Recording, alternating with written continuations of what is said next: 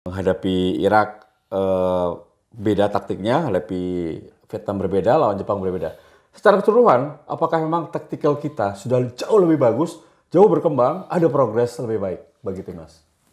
Perkembang jelas ada dibandingkan kalau kita melihat timnas saya mengikuti timnas mungkin anggap dari tahun 80-an, 90-an, 2000 sampai sekarang.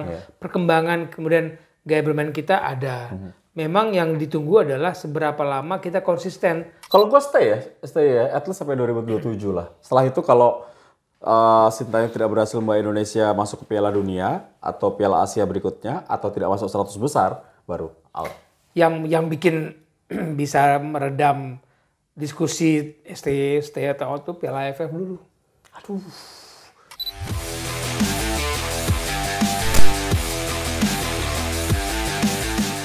Di atas kertas semuanya indah, di atas kertas semuanya sempurna. Meskipun dalam kenyataannya tidak selalu sesuai dengan ekspektasi kita. Tinggal bagaimana kita menyikapinya. Itu di atas kertas banget. Dan itu menyikapi bagaimana Indonesia kalah 1-3 menghadapi Jepang.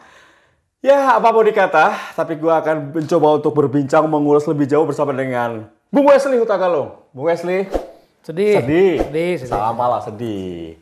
Cuman bagaimana Bung Wes melihat prosesnya? Indonesia memang kalah segalanya ya. Level jauh, tapi dari kacamata Bung Wes, seperti apa permainan tim nasional kita? Ada suguhan yang menarik di 3 pertandingan. Lawan Vietnam kita seperti apa, lawan Irak seperti apa, kemudian lawan Jepang. Ada perubahan-perubahan permainan yang bagi saya itu adalah variasi strategi yang kita miliki dan menunjukkan bahwa pemain kita harus cepat beradaptasi ke gaya bermain yang berbeda dengan lawan yang berbeda. Nggak mungkin main dengan gaya yang sama untuk semua lawan, apalagi Jepang. Kan kita tahu lah sejak 1998 Jepang main di Piala Dunia, kita masih penonton. Mereka udah jadi pelaku tuh, dan 7 Piala Dunia nggak berhenti. Mereka bermain di Piala Dunia. Asia kita baru main 5 kali sebagai peserta, mereka udah 4 kali juara. Itu kan komparasinya berbeda. Pemain kita memang banyak yang main di Eropa. Tapi kan yang main di Eropa ini bukan level yang kalau dibandingkan dengan pemain Jepang yang bermain di Eropa, mereka mendapat menit bermain lebih banyak. Kelas A, tipe papan atas. Ya, A, B mungkin begitu. Tapi menit bermain mereka itu penting. Status main di Eropa kalau hanya menjadi pemain pelapis yang sekali-sekali bermain, itu pasti dampaknya kepada insting bermain di lapangan. Pemain sepak bola butuh menit bermain untuk mengasah insting yang dia dapat selama latihan. Ya, tadi saya menarik ya Bung Wes. Gue menarik lu bilang kalau perlu adaptasi setiap pertandingan ke pertandingan. Menghadapi Irak beda taktiknya, hadapi Vietnam berbeda, lawan Jepang berbeda. Secara keseluruhan, apakah memang taktikal kita sudah jauh lebih bagus, jauh berkembang, ada progres lebih baik bagi timnas? Perkembang jelas ada dibandingkan kalau kita melihat timnas saya mengikuti timnas mungkin anggap dari tahun 80-an, 90-an, 2000 sampai sekarang. Perkembangan kemudian gaya bermain kita ada. Memang yang ditunggu adalah seberapa lama kita konsisten membangun tim nasional ini. Tidak bisa kita berharap Sintayong yang saat ini menjadi pelatih timnas kemudian bisa memainkan semua, menurunkan semua ilmunya, kemampuannya kalau yang menerima nggak sanggup. Materi pemain. Itulah gunanya kita menciptakan sumber daya yang bagus semakin tahun semakin meningkat supaya apa? Strategi yang didapat oleh para pelatih itu tidak menjadi sia-sia. Kenapa? Begitu mereka tanding nggak kelihatan. Jadi pembinaan kompetisi ya? Pembinaan kompetisi dan semua jangan lupa semua elemen di situ termasuk strategi, termasuk para pelatih kualitasnya ditingkatkan. Kalau melihat dari kualitas yang ada dari 3 pertandingan, apakah memang tim ini sudah bisa bersaing di level Asia? Ataukah masih banyak harus menambal sulam dengan setidaknya memang mendatangkan lagi beberapa pemain yang baru saja menjadi WNI karena memang kita belum memiliki kompetisi yang bagus, kompetisi yang levelnya tinggi sehingga pelatih juga tidak akan bisa memilih pemain dari dalam negeri. Itu kan strategi jangka pendek. Kalau untuk bicara setahun 2 tahun. Tapi kalau ini jadikan strategi yang terus-menerus berbahaya buat kita. Kenapa? Kompetisi kita lakukan, kita benahi, pembinaan dari SSB, akademi, semua liga dari Liga 3, Liga 2, Liga 1 dibenahi supaya apa? Materi pemain itu berlimpah. Siapapun pelatihnya, dia tidak kesulitan memainkan dengan strategi yang dia mau. Kenapa? Yang dari luar pemain-pemain kita yang diaspora maupun naturalisasi atau yang lokal itu bisa bersaing.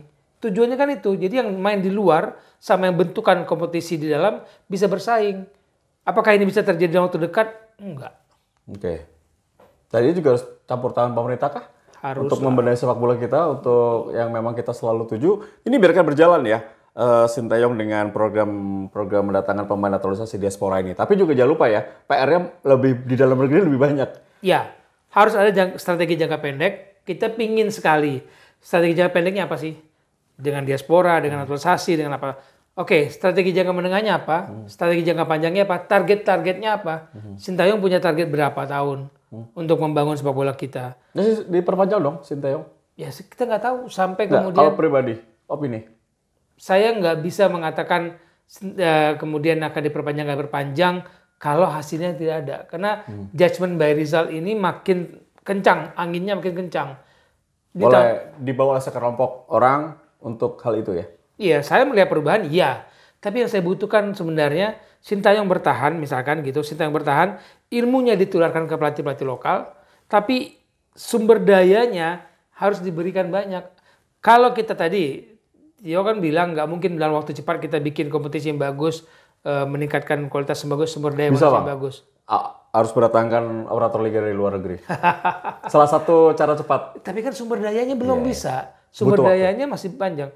Ya, kemarin ya ketika saya masih berkembang membangun akademi di Papua Football Academy, kalau bayangkan ya setiap provinsi punya akademi itu, perusahaan-perusahaan itu dimintakan turun serta membangun CSR-nya dan pemerintah serius.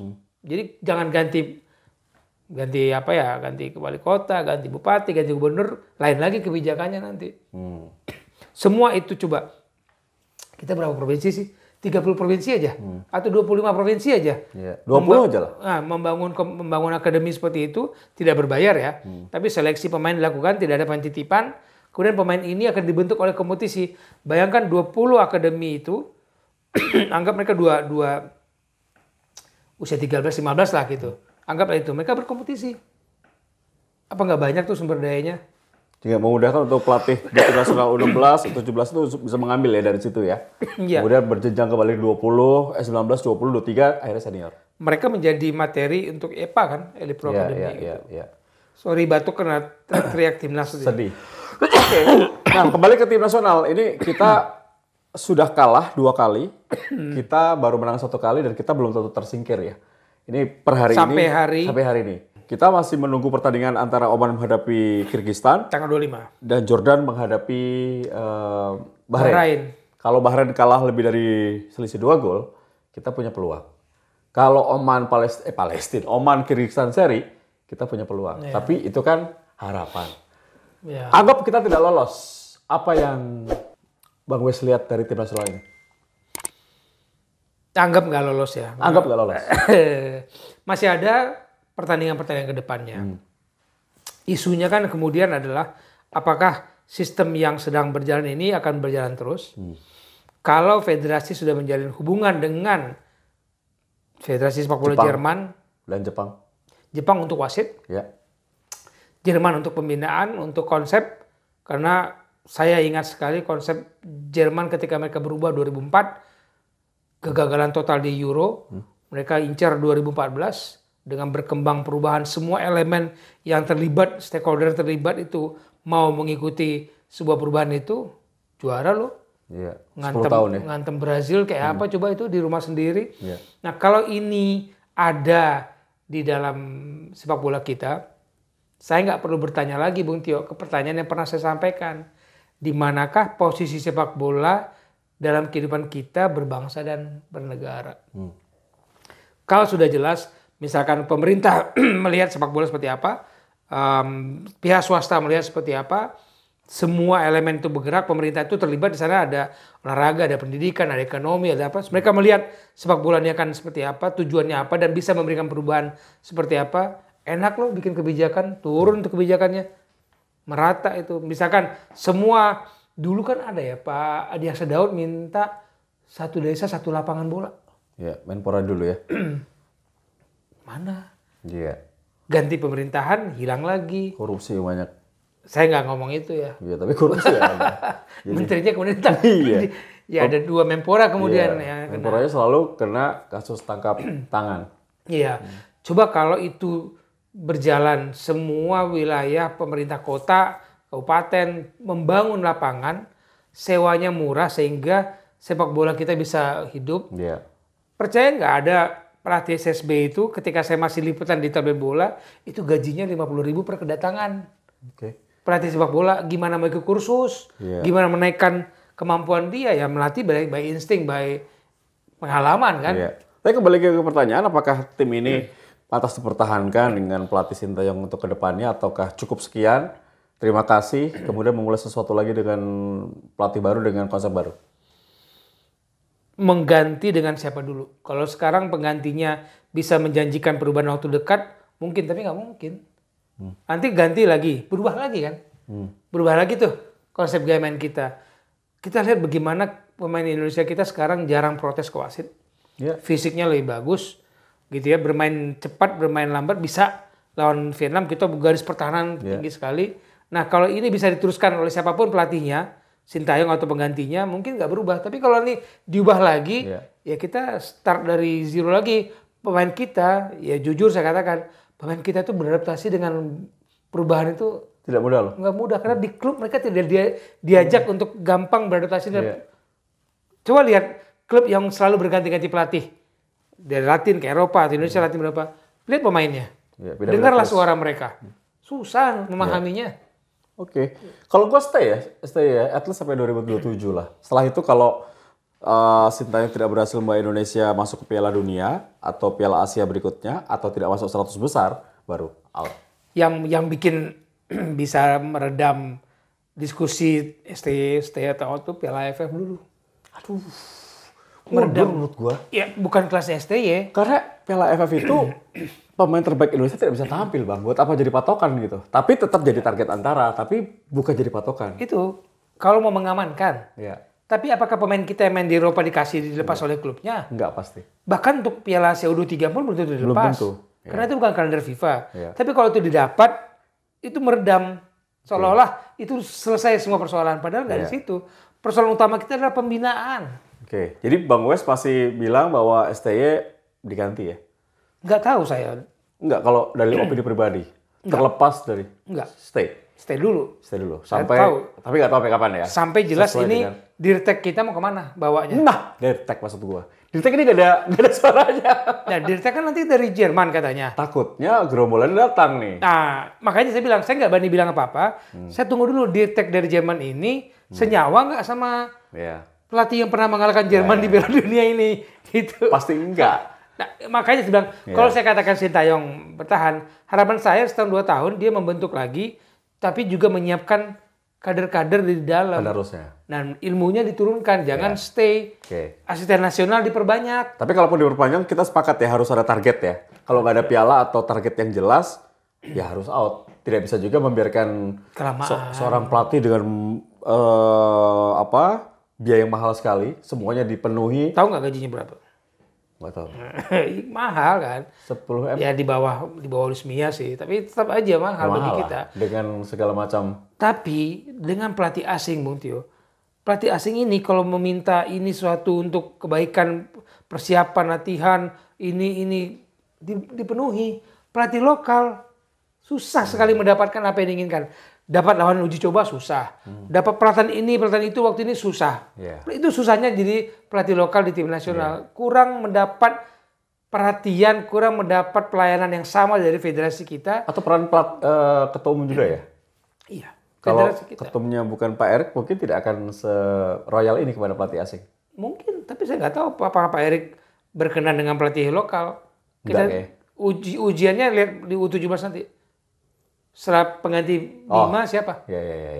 Nah itu. Kalau itu orang Jerman berarti sudah dipastikan ke atasnya orang Jerman ya? Akan Jerman berputar lah karena Dirtek pasti dia mau membangun sebuah program yang bisa diikuti, dijalankan oleh para pelatih-pelatihnya.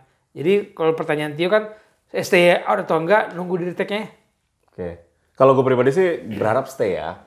Karena ini fondasi sudah dibentuk, terus beberapa pemain yang pilihan Sintayong kan belum datang nih. Ya. Nah, berikan dia waktu untuk tambahan lagi pemain. Kalau dia masih gagal juga ya sudah. Apalagi gitu. Nah, itu kalau timnas kita tersingkir. Choice kedua adalah jika besok timnas kita tiba-tiba lolos dan akan lawan Australia.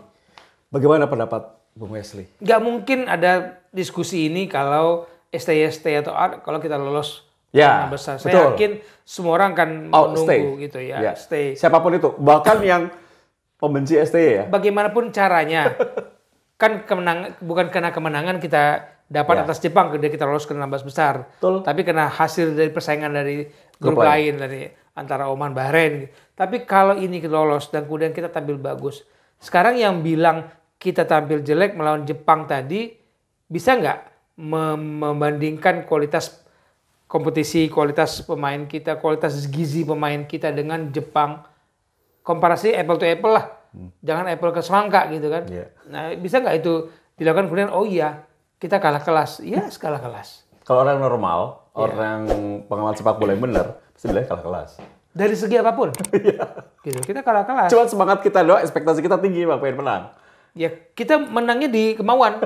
Mau untuk menang. Ya, kan ada sebabnya tadi, Bang. Karena melihat Jepangnya lagi tidak ada kesempatan. Ada kesempatan untuk kita. Dan gaya main kita ketika menghadapi Vietnam kan menunjukkan kita bisa memberikan sesuatu mengejutkan lah. Usia pemain kita kan 20-an rata-rata. 24 ya? 24. Nah, bayangkan kalau semua itu pada usia 5 tahun ke depan. Itu puncaknya semua. Sabar makanya. 5 tahun ke depan berarti ada Piala Asia lagi kan? Ada. Nah, itu harus lolos. Ada kualifikasi Piala Dunia dong. Ada. Gitu. Harus lolos. Ada apa lagi kejuaraan-kejuaraan yang AFF jangan dihitung. Ya, tetap ada 2 tahun sekali tuh. Coba kalau dalam 4 tahun itu juara 2 kali. Ya. Dengan pemain lokal yang berkompetisi diizinkan. Kompetisi kita juga kadang-kadang kan. Kompetisi kita, Tio, satu klub itu marah kalau pemainnya diambil 4-5. Karena kompetisi berjalan. Kalau kompetisi di-istirahat, itu bukan kalender FIFA. Mengganggu lagi program yang lain. Sementara ambisi kita, kehausan kita untuk gelar juara itu paling dekat AFF kan. Untuk juara Asia ya maaf lah. Juara dunia kita belum pernah tampil. Yang paling dekat ya juara AFF dan ya SEA Games. Tapi SEA Games kan kita bilang U23. Ya paling dekat AFF. Oke, kembali lagi Pak Wes. Kita menang nih, kita lolos. Tiba-tiba, Indonesia lolos. Lawannya Australia. Udah pasti Australia seperti apa, Mas? Langkah maju atau lebih mudah atau tidak nih? Secara garis besar aja. Menghadapi Jepang kita susah payah nih. Karena memang levelnya jauh. Jepang lebih, menurut saya gaya bermain Jepang itu jauh lebih kompleks dibandingkan Australia. Australia pasti lebih temponya, dia tidak akan bisa bermain sevariasi Jepang lawan Indonesia. Mungkin dia akan lebih slow, tapi bola-bola direct, bola-bola panjangnya itu membahayakan kita.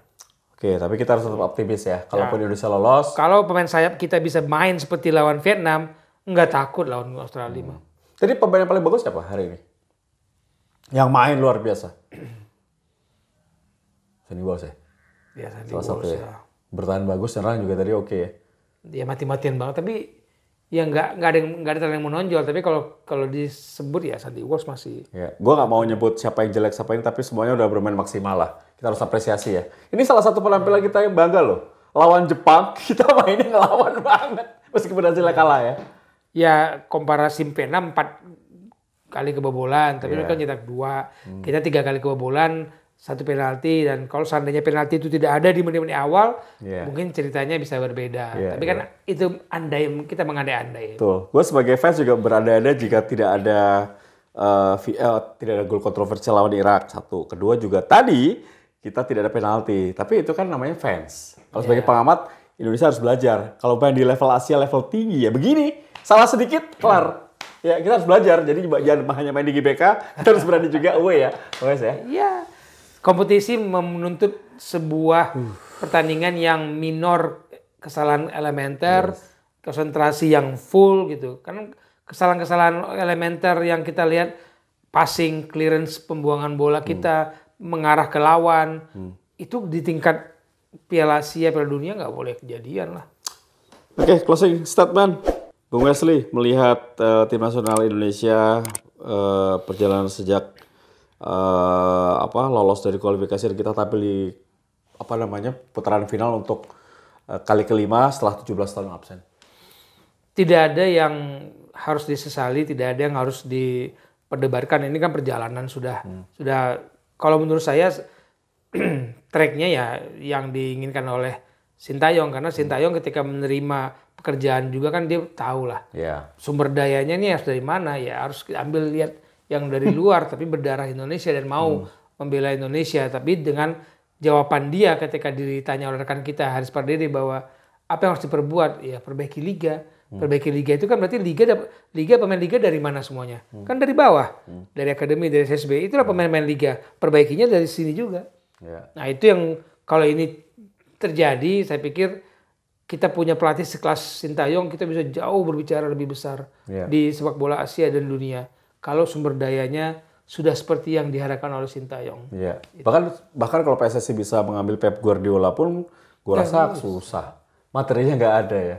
Ini juga membuat Pep harus mungkin butuh waktu yang panjang untuk bisa merombak sepak bola kita. Mau kita punya 3 pelatih dalam sekaligus gitu ya, Pep, Jose Mourinho, Jurgen Klopp atau siapa melatih tim Indonesia pada saat yang bersamaan, ya nggak bisa juga.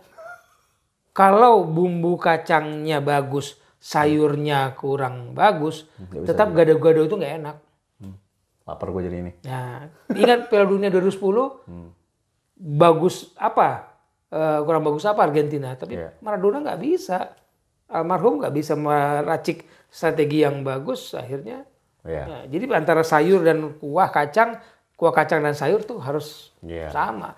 Taktikalnya harus kuat, sumber dayanya harus bisa memahami tactical game itu.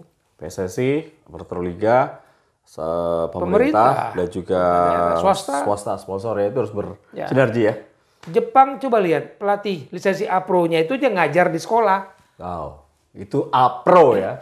A-Pro mereka tuh ngajar di sekolah. Kenapa? Mereka tahu di mana posisi sepak bola dalam kehidupan berbangsa negara. Balik lagi itu. Kita ada nggak program olahraga di sekolah-sekolah yang membuat kita anak-anak kita itu nyaman?